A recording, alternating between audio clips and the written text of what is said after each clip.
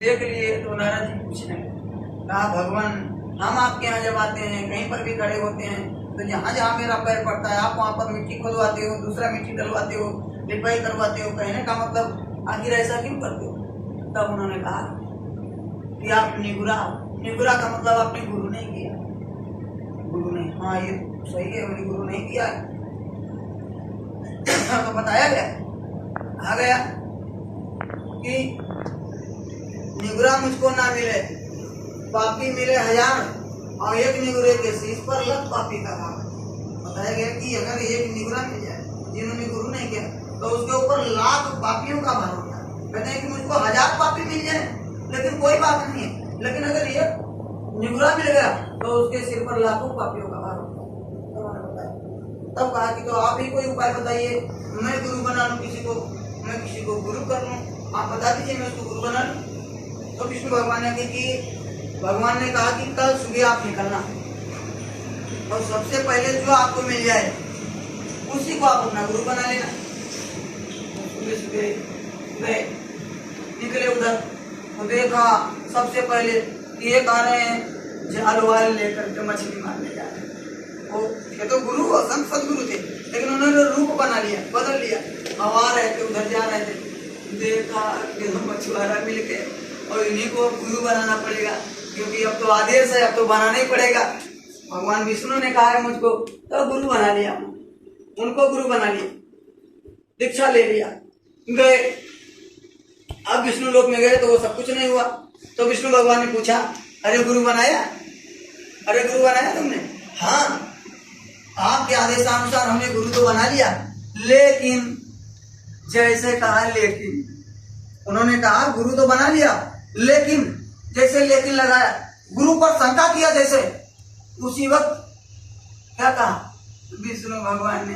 कहा कि अब तुमको 84 जाने से कोई नहीं रोक पाएगा। नारद, अब तुम याद कर लो कि तुमको 84 जाने से कोई नहीं रोक पाएगा, अब तुमको 84 जाना पड़ेगा।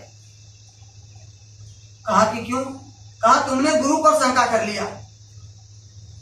अरे गुरु पर ही तुमको शंका हो गई, मानते तो सब हैं, अरे गुरु से सब प्रेम करते हैं, लेकिन बताया परम पूज्य महाराज जी ने, समय नहीं है ज्यादा बात बताने के, वो आगे बताएंगे। परम पूज्य महाराज जी ने बताया किसी से कितने प्रकार के होते हैं,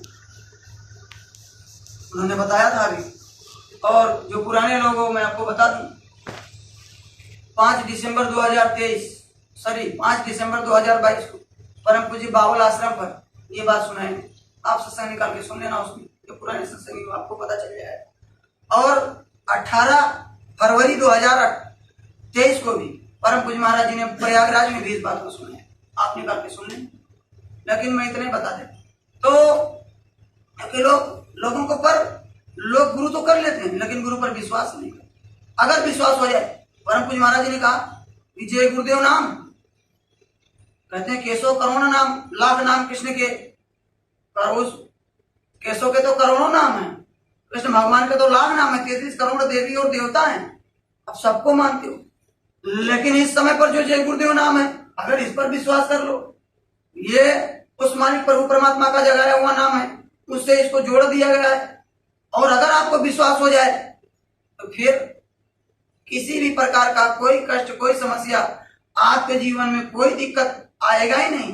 परम पूज्य महाराज जी तो भी कई बार बोले, अभी होली के कार्यक्रम में जितने भी कार्यक्रम हुए, परम पूज्य महाराज जी बोले कि एक बार आप गुरु को सर्वस्व समझो, उस मालिक जिसने आपको जन्म दिया है उस पर भरोसा कर लो। जो जन्म देने से पहले माँ के स्तन में दूध भर देता है, उस पर आप भरोसा करके, और अगर आप विश्वास कर लो इस जय गुरुदेव नाम पर और चलने लग जाओ और उस पर ही सब छोड़ दो कि आप जैसे रखोगे रहेंगे, जो खिलाओगे खाएंगे, जो पहनाओगे पहनेंगे, तो फिर आप समझ लो कि किसी भी प्रकार की आपके घर में, आपके परिवार में किसी भी प्रकार की समस्या नहीं होगी। आप सोचो, आप वो देने के लिए खुद तैयार बैठे हैं। इसीलिए ये बात को बोले कि एक बार आप विश्वास तो कर लो, क्योंकि आपको शंका रहता है। जब शंका रहेगा तो कुछ नहीं मिलेगा। पति पत्नी में शंका हो जाए तो घर में लड़ाई झगड़ा हो जाता है, भाई बहन में शंका हो जाए तो लड़ाई झगड़ा हो जाता है। इसलिए शंका कभी नहीं करना चाहिए।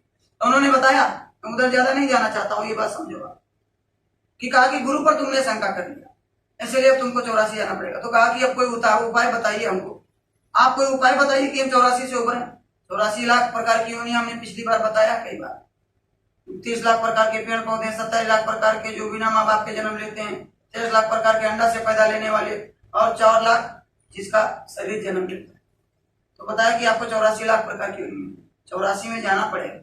तो कहा आप उपाय बताइए।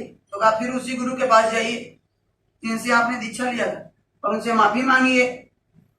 गए, चरणों में लौट गए, लौटने लग गए। कहा कि अब हमको माफ कर दीजिए, मुझको आप पर शंका हो गई थी, मैं समझ नहीं पाया, आप तो समर्थ हैं।